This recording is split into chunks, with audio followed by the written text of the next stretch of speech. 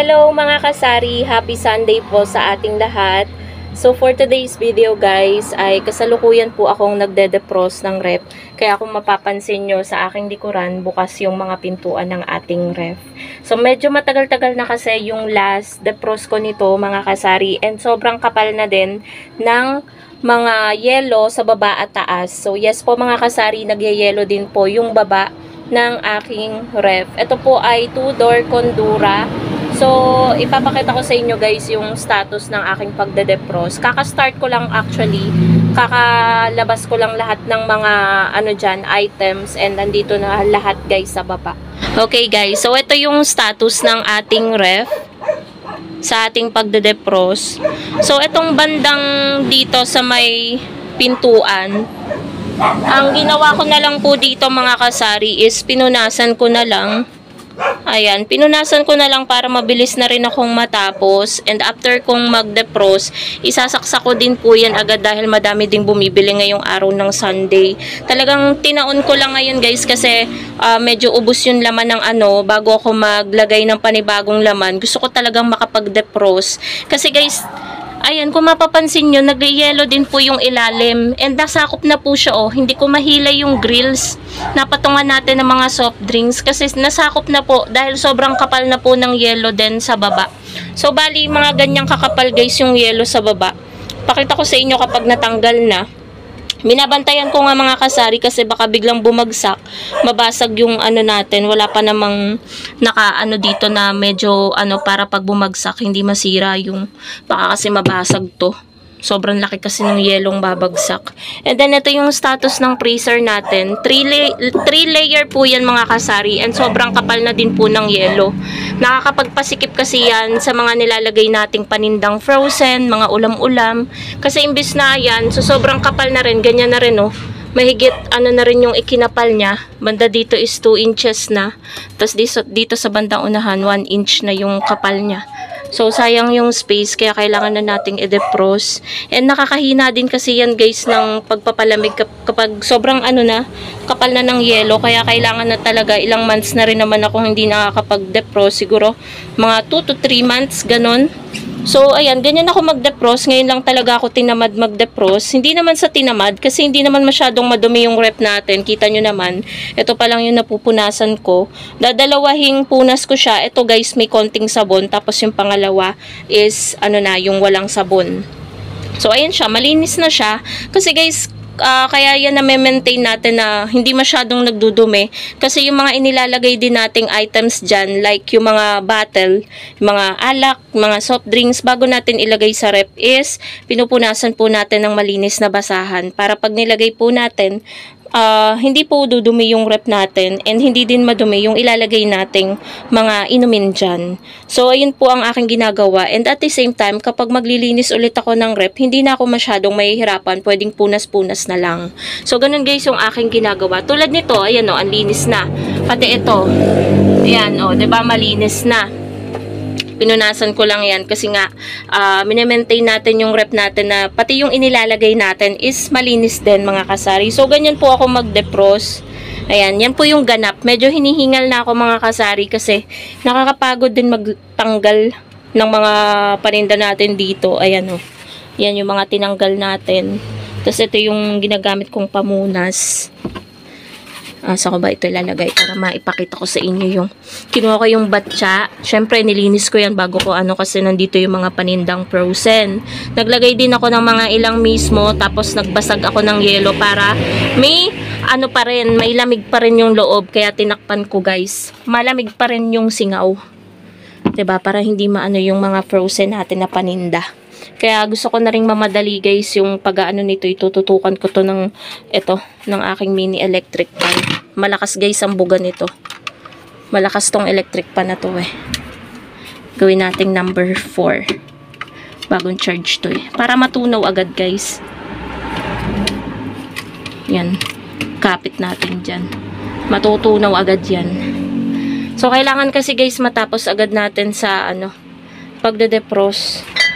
Kasi sayang din yung mga bibili. Gusto nila malamig. Kapag walang malamig, mga kasari, pupunta sila sa ibang tindahan. Kaya ayan, marinig nyo. Ayan. bukas na yung electric pan. Mabilis nang matutunaw yung ano niyan. Ayan o, nagme-melt na yung yelo sa taas. Ayan o, nagtutubig na. Kasi natutukan natin ng electric pan. Ganyan din ang ginagawa ng iba nating kasari.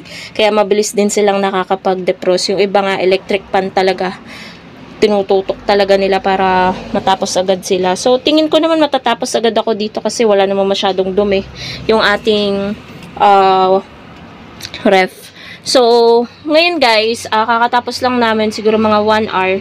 Yan, nakapagluto na ako. And then, nakakain na rin kami. Kasabay namin kumain yung pamangkin ko. Kasi hindi pa rin siya kumakain. So, sabi ko, sabay na siya sa amin kumain.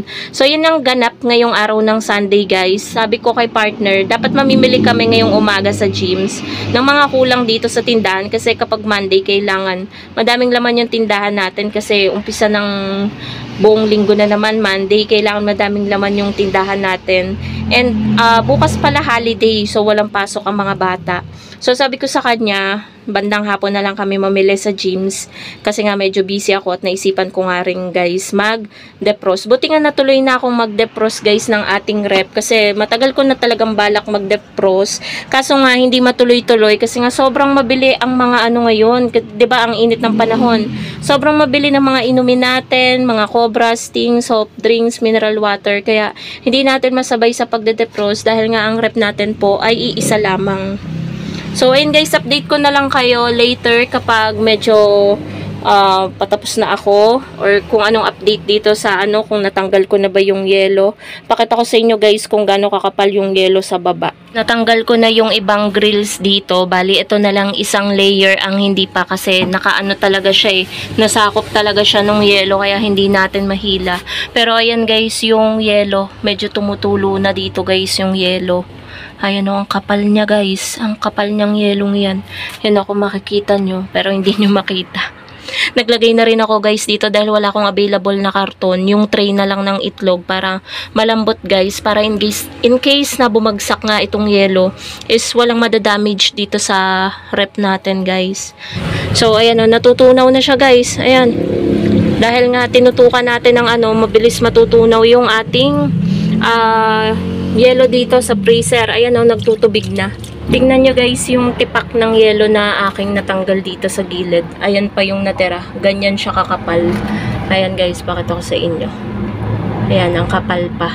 Tapos ito o, ganyan kakapal yung nakuha natin. 'Di ba? Halos 1.5 inch yung kapal. Ano yun? Bakasyon niya ako ganun. Ang dami din ngayon guys nagpapa-Gcash. So, medyo okay na yung kita natin ngayong araw sa Gcash.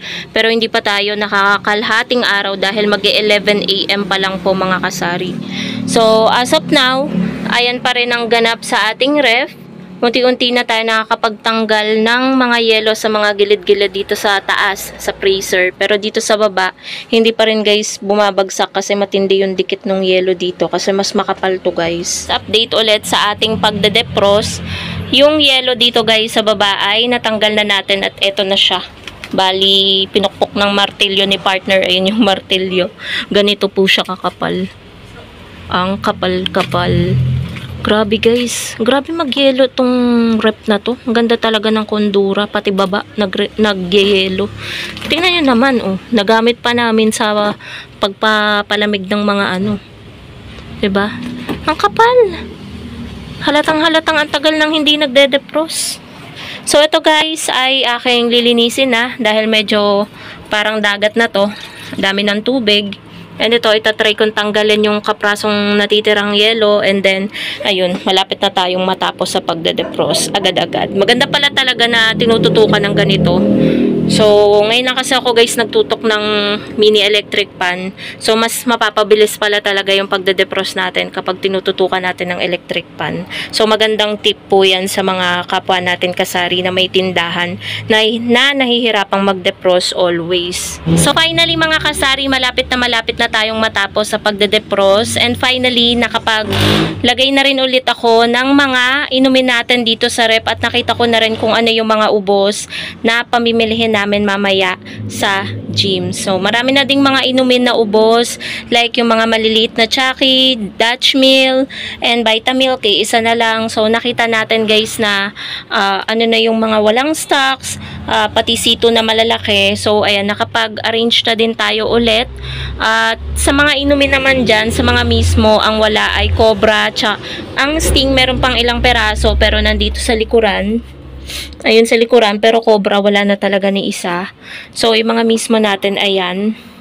So, wala na tayo ding Royal masyado. Tatatlo na lang yung Royal natin at nandito na rin sa likuran. Ayan. So, ito guys ay aking sasarahan muna. Baka pasukan kasi ng dumi. Ayan. And ito na lang guys ang aasikasuhin natin yung freezer. And finally mga kasari, after 2 hours ay nakatapos na din po tayong mag-defrost ng ating rep at naisaksak ko na din po agad-agad. So here's the final look mga kasari. Nailagay ko na rin yung mga dapat ilagay para hindi mabulok. Mga frozen natin. And then itong sa baba, ayan. So, ayan po mga kasari, ganyan po ako mag-defrost ng aking rep. Ayan, 2-door rep po siya. So, may nagtatanong din po nito kung magkano daw po yung bili ko dito sa rep na ito. Semi-inverter po siya. So, nagbe-blurred lang yung ano natin. So, semi-inverter po siya, second hand ko po siyang nabili. So, panay gas-gas na po siya kasi nung nasa loob po siya ng bahay, naaano po siya ng aso, nakagalyos yung aso, kumakahig dito yung galyos, kaya panay gas-gas po siya. Ayan. Pero nung binili namin siya halos bago guys, kasi 1 year pa lang siya dun sa first owner. So, nabili po namin siya sa halagang 13,000. Very affordable guys, 1 year pa lang siya dun sa may-ari, and up to now, na halos 4 years and a half na siya sa amin, wala pa rin pong issue sa kanya. Maganda pa rin po ang makina niya, and yung paglamig ng rep, kita nyo naman kung magkapal yung yellow sa baba tsaka sa taas ay sobrang kapal. So ibig sabihin yan na maganda pang yung paggana ng makina niya, maigi pang maglamig siya. So, maganda pa siya. So, ayun po mga kasari, yan po yung ganap. Gusto ko na rin pong magpahinga dahil kanina pa po talaga akong umaga walang tigil sa kakakilos sa sari-sari store at sa ating bahay. So, ngayon lang po talaga ako makakapagpahinga, 12:18 PM. So, yun lang po mga kasari. Thank you so much for watching. Happy Sunday po sa inyong lahat and happy selling po. Bye guys!